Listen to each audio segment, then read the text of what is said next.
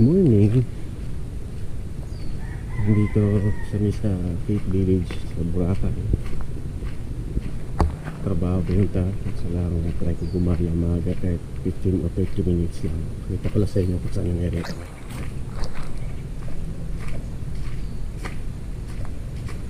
Basta tayo dito. Naglalakad dito umaga. Going tayo doon. Yun. Ato umaga. Umaga.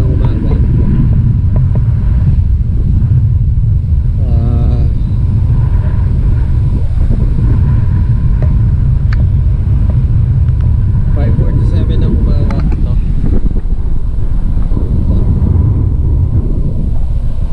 Kakaiba talaga yung area ng Boracay kasi it depends upon kung paano mo siya tingnan.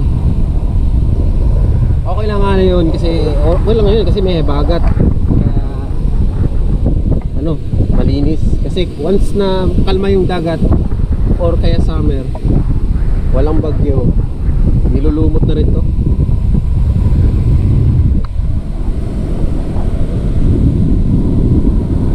Dito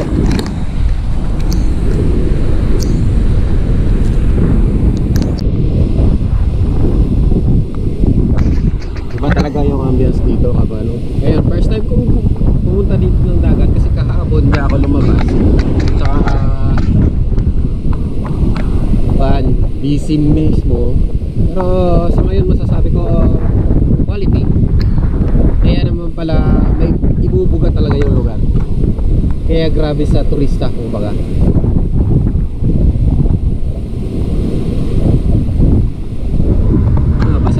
Pa-sunrise na ako. Wala pang araw.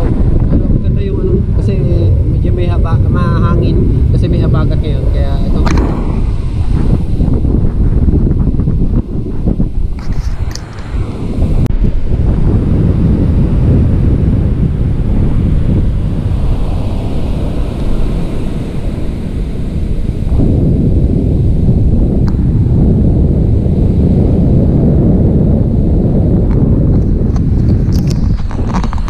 Bali na sa station 3 tayo. Nandun yung station 2 tsaka 1. Eh dito malapit na sa port dyan. Kasi sa station 3 malapit yung ano yung port. Para at least dun yung anong nakita nung ano. Ang problema lang kasi ngayon is maalon. Kaya dun sa kabila yung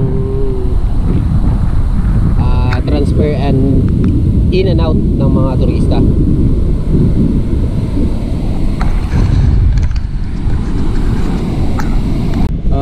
Ayoko naman nung ikot-ikot kasi hindi naman galayo talaga yung pinunta ko dito. I just want to see kung gaano talaga kaganda or organize yung lugar. Kasi sa video at saka sa mga pictures ko lang nakikita tong area na to. Kaya ngayon masasabi ko talaga may bubugat talaga siya. Kaya naman deserve lang, deserve.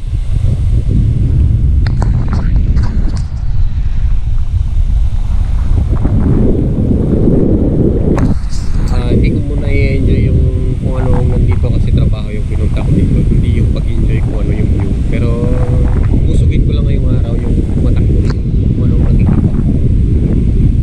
Para hindi naman ako hindi naman nasayang yung punta ko dito sa trabaho. Pero trabaho talaga yung point ko dito.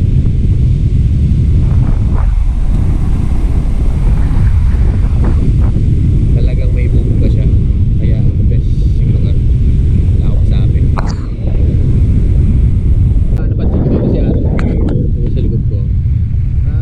Meron talagang in-charge siguro per area dito na nag-iinis. Maganda na rin matingnan na at least merong nagme-maintenance ng area kasi sa ganito ba naman na makikita mo dapat meron talaga kasi para at least ma-respeto ng tao kung ano talaga yung area at saka yung ano kung anong natatnan nila may-respetuhin nila kasi hindi naman lahat na pupunta tayo doon tayo naman nasisira kung anong meron. Sa akin lang is with caution.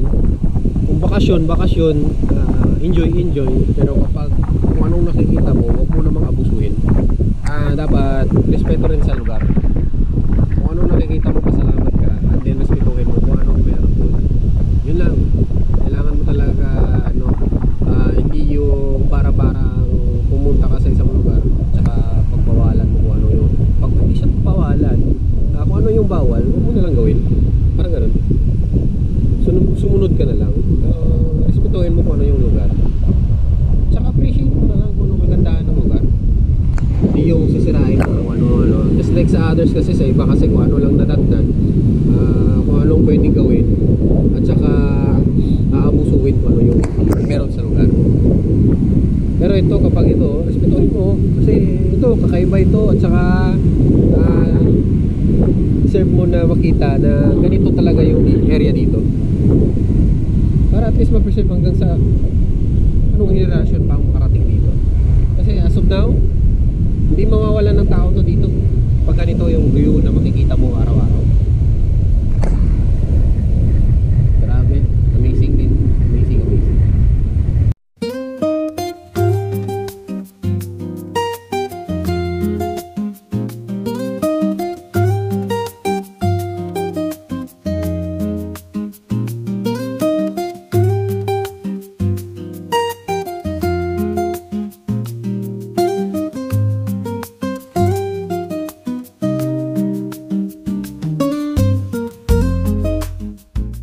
So yun lang, good morning. Ingat kayo lagi. Nandito lang ako sa Boracay lang Joke. Dito ako sa Boracay. Hindi ko naman na-enjoy to kasi iba naman yung punto ng punta ko dito. Hindi itong lugar para mag-relax. At least napakita ko sa inyo kung ano itong meron dito. Okay, meeting out. Ingat kayo. Sunod ulit.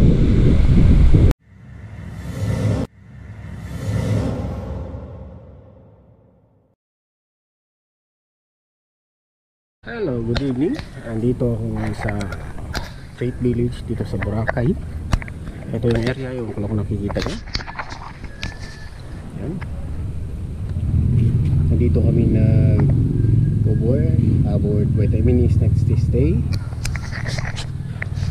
1.6 yung room, family room. May double deck na tatlo, isang master bedroom, at saka may CR na rin, kompleto with aircon na. 1.6, bahala na kayo, pero check-in ito is 2 o'clock in the afternoon until the next day noon. Kung everyday, kuhan siya, 1.6 per day. So kung ilang araw kayo, 1.6 lang yung araw nyo. Malapit na dito siya sa station 3 na to malapit na sa dagat, walking distance lang. Fights.